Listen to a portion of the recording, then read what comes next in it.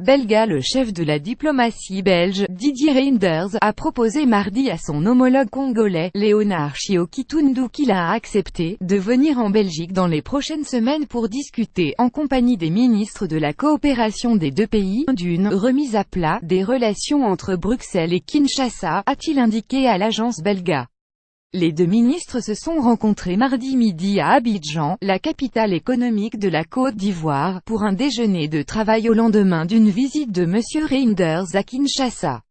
Il y a inauguré la nouvelle ambassade de Belgique et des Pays-Bas en République démocratique du Congo rez-de-chaussée, une cérémonie à laquelle aucun ministre ni responsable congolais de haut rang n'a participé, à l'exception du gouverneur de la ville-province de Kinshasa, André Kimbuta, et du président de la Commission électorale nationale indépendante CENI, Corneille Nangaa Yobelo.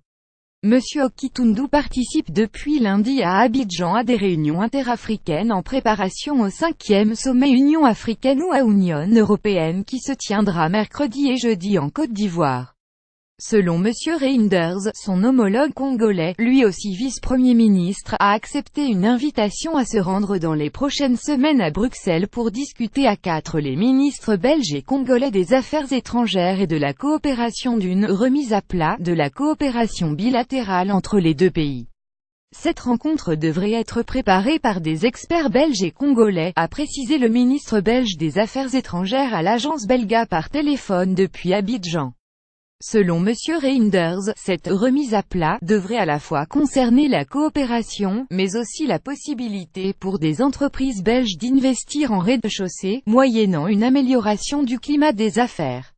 Il n'a pas mentionné la possibilité de réorienter l'aide belge à Kinshasa du structurel vers l'humanitaire, une idée parfois défendue par le cabinet du ministre belge de la coopération au développement, Alexander De Croo. Comme il l'avait fait lundi à Kinshasa, M.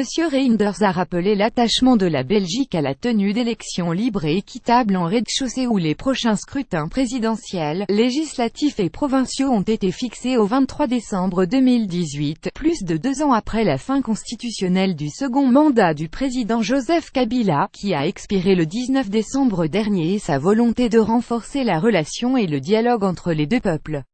Selon lui, la Belgique ne soutient aucun courant politique, ni aucun candidat et il revient aux Congolais de trouver une solution à la crise née du maintien au pouvoir de M. Kabila au-delà de la fin de son mandat.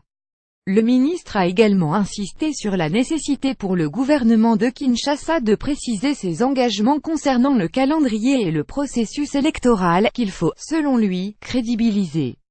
Selon M. Reynders, le gouvernement de Kinshasa doit notamment présenter un « plan de décaissement » pour financer les élections, avant de demander une aide de la communauté internationale.